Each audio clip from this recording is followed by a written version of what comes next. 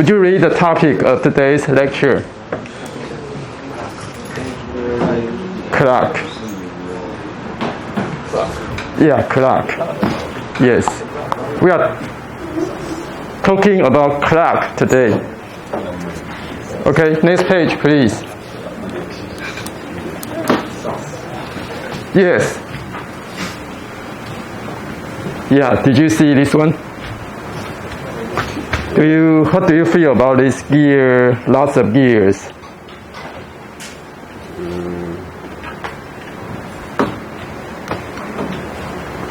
Complicated. It's complicated and Nice and complicated. nice and complicated. Yes. So it's worth learning because it's nice and complicated. Yeah. Okay, could you explain the operational principle of the clock by looking at this clock?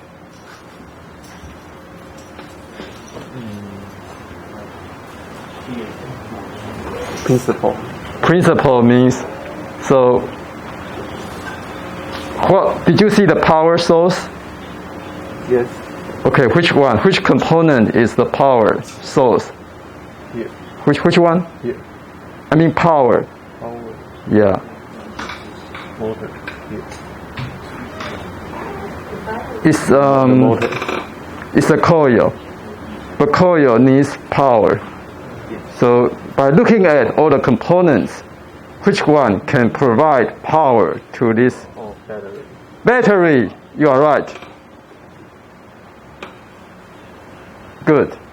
Okay, after that, power. So could you explain the power flow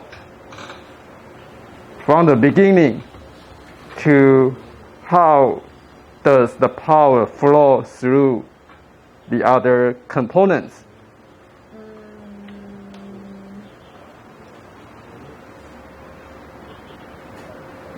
Well, I think first it will give power to the microprocessor. Yes.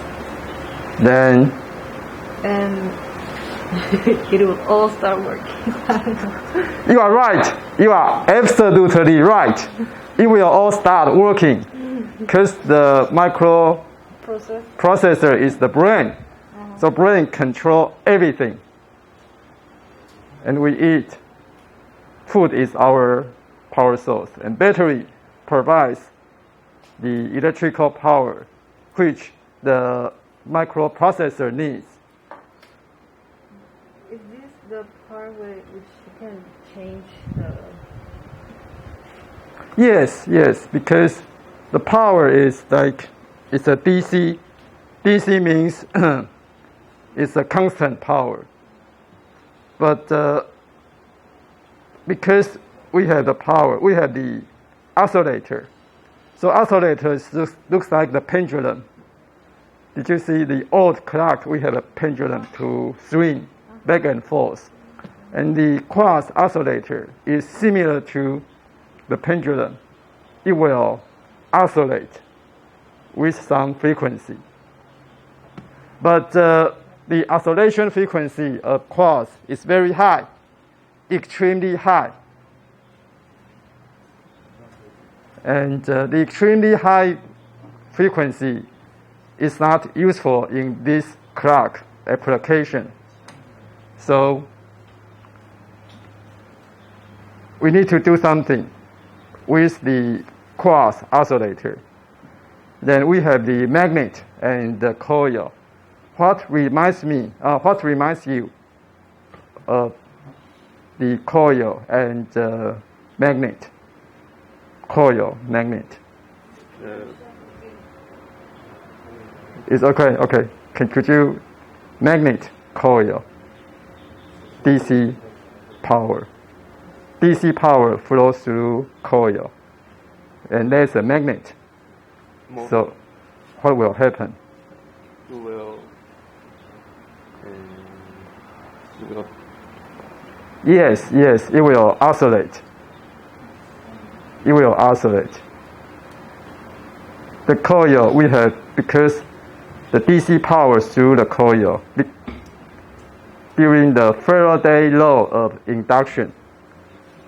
Faraday 法拉第电磁感应定律。Okay, DC power through coil. Then there's induction, but because the battery goes through the microprocessor, now it's AC. It will have AC power through the coil. So AC power through coil will generate the change in the magnetic flux. And the change in magnetic flux will induce the different polarity. It will generate force to drive the torque, to drive the magnet to rotate. Because the polarity, imagine we have north pole and south pole of the Earth. So north pole and south pole of the Earth. But if we have AC power, then the north and south pole will change alternately. Yeah. Because north, south, then south, north, north, south, south, north. And the magnet, the permanent magnet has north pole and south pole too. So the north pole of the magnet intend to align with the north pole of the coil. But if the pole change polarity, then the magnet will change its polarity too. So if the magnet change its, because polarity means there's an orientation. So everyone, look at me. I need your help. Your help, please. Okay, everyone, you are early birds, so you have the opportunity to look at we perform the magic. Okay, coil, north and south, and I'm the magnet. So fist means north. Fist means north. So my north intend to go to the south because the opposite polarity will attract each other. So north goes to the south. Then if he change polarity, my north would like to align with the go towards the south. So change polarity. So it means, okay, thank you. So the magnet will go through this, like a pendulum. So if the magnet goes this way, then the gear attached to the magnet will rotate. Okay, so do you get it? Yes. Okay. Then the rotation of the small magnet will drive the rotation of the big gear. And the big gear drives another gear. Another gear drives another gear. Another gear drives another gear. Eventually, the second hand, the minute hand, and the hour hand will rotate with different rotational velocity. That's the operational principle of the clock. Okay, although it's complicated, but do you understand now? Yeah. Then I need the AI, not genius, but the AI guys. You prefer AI guys. So would you briefly restate the operational principle of this clock? The battery supplies power to the components, which powers the quartz oscillator, which creates an oscillation, which powers the motor, which allows it to rotate, which then drives these gears, which drives the second, minute, and hour hand. Perfect. Yeah. Not genius, but you are a guy who can describe the principle clearly. Okay, now let's go to next slide. Okay, could you read the first point? Quartz crystals oscillating at frequencies of 100,000 hertz can be compared, and frequency differences determined to an accuracy of 1 quark in 10 power. Because the quartz is a resonator. The microprocessor needs a resonator to operate. So that's the function of the quartz here. Okay, could you read the second point? Electrical circuit and sustain obeying. Oscillations. Oscillations reduce 100. 100,000 hertz by the process known as Demultiplication. Demultiplication. Yes. It's all about circuit theory. So we are not going, we will explain the detail of the microprocessor. But the microprocessor needs the quartz to oscillate anyway. Okay, next slide, please. Okay, we need our foreign friend to read the first point.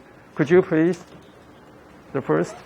When AC current flows in the core, each state alternates between north and south polarity. In the same, with the applied AC with 50 Hz meant this change 50 times per second. 60 with 60 Hz meant there are many examples where the water is composed of only a single magnet and isn't essential to provide multiple poles. Okay, this figure is a little bit complicated. We can just refer to that single electron induction of the single magnet is too more for you anyway. But anyway, it's the same thing of the magnet, the complex magnet driven by the complicated North Pole, South Pole thing. Okay, next slide, please. Okay, now we have a quiz. The power signal flow of the clock, but we have a young lady who also explained the signal flow for us already. So we are going to go through the next slide. Could you read the point? A direction-sensitive pole. The motor is usually set up to ensure the pole engages with the rotor. Should the motor swing in the wrong direction? Yes. Anyway, engineer always want to make sure everything is following our design. But sometimes things go wrong. In order to safeguard the operation, we have some safety device for operation of our engineering products. So we have a pole, P-A-W-L. The pole, just imagine this disk can rotate in, let's say, clockwise direction, and the pole would not stop the clockwise rotation of the disk. But when something goes wrong, if the disk goes to the counterclockwise direction, the pole would stop the motion of the counterclockwise direction due to the engagement between the interface between the pole and the disk. Okay, so do you get it? The pole operation. Why do we need a pole here?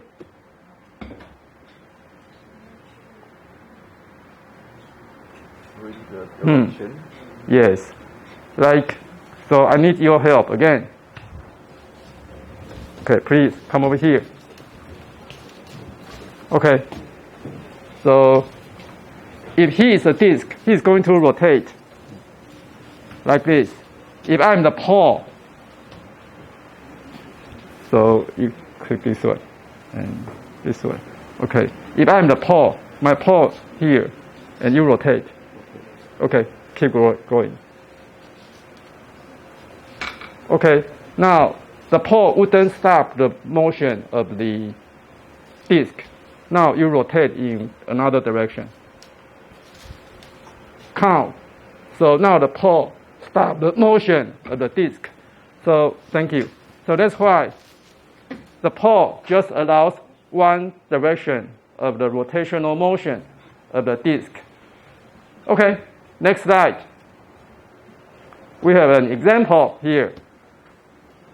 Now it's your time for you to show your genius to me. Okay, please try to work out this example. We have answered there already, but you need to make it work in your brain. Okay, please give 1 minute. Everyone just wake up and think about this. Convince yourself this is right. I will get someone to explain to me after 1 minute of your brainstorming.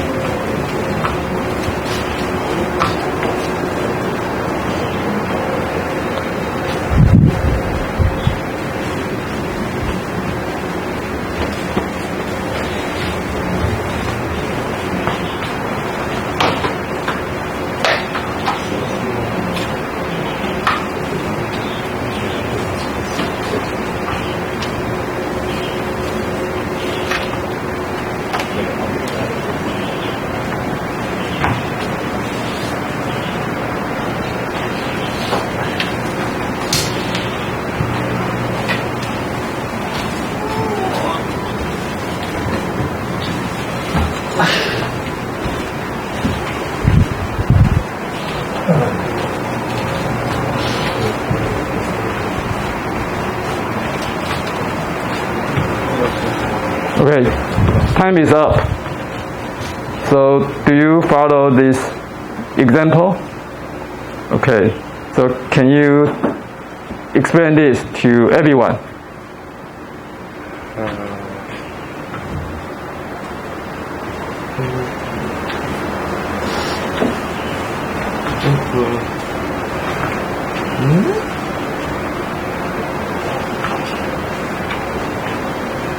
People use the set of gear to reduce the rotation. 600,000 to 1. Yes. So 6 million. Of this million. Yeah. So we need several gears that reduce the rotation. Because we want the second hand to rotate one rotation in 60 seconds. So if the oscillation frequency of the magnet, permanent magnet, is 100,000 hertz, so we need a gear train. So just imagine we can just play with these numbers. Just divide it 100,000 by 6 million. We will get 1/60th second. So it means one tick of the T-I-C-K, tick, like the clock. You mean the second hand will tick 60 times in one rotation. So one tick takes 1/60th second. So that's why we need 100,000 divided by 6 million in order to get the frequency 1/60th second. So do you get it? Okay. Next slide, please. Another quiz. Actually, the answer was in the previous slide. So we'll just skip to the next slide. Next, now is the SolidWorks modeling. So in this case, we are going to say the second hand should be 1 revolution per minute. 1 revolution means it rotates 660 degrees.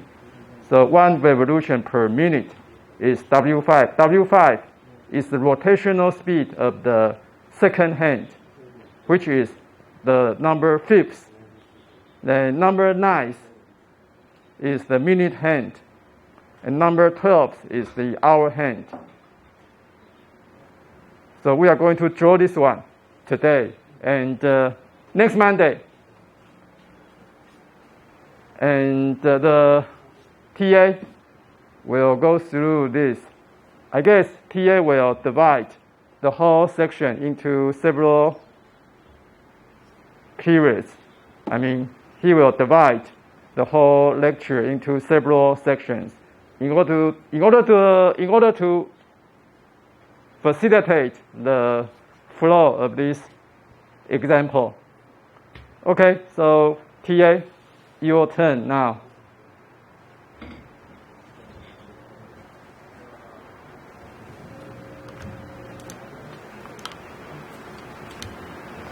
I already modified to English interface, so you don't need to do that. Is that no? Okay, then do it again, please.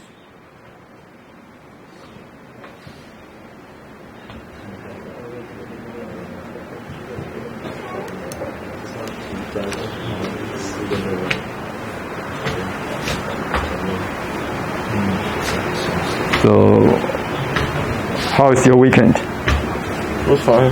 Fine. What did you do? Study. Study. You are a diligent guy. Good. Good for you.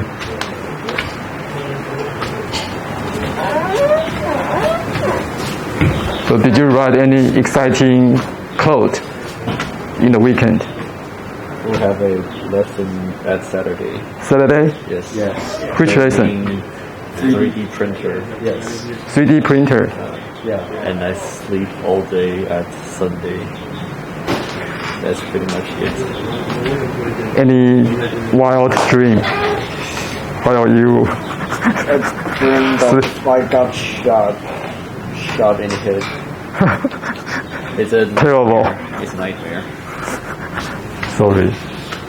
I hope you have a better one next weekend. I hope so. Yes.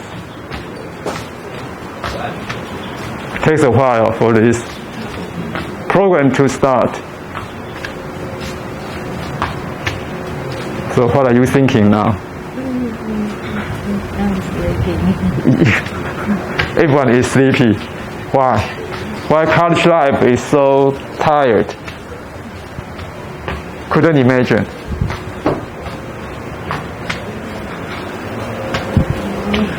Are you sleepy too? Sleepy. No.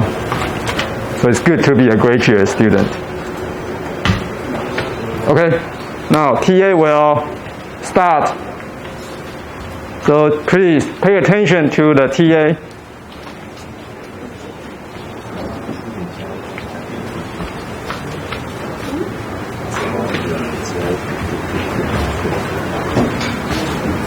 So he's going to import the gear train.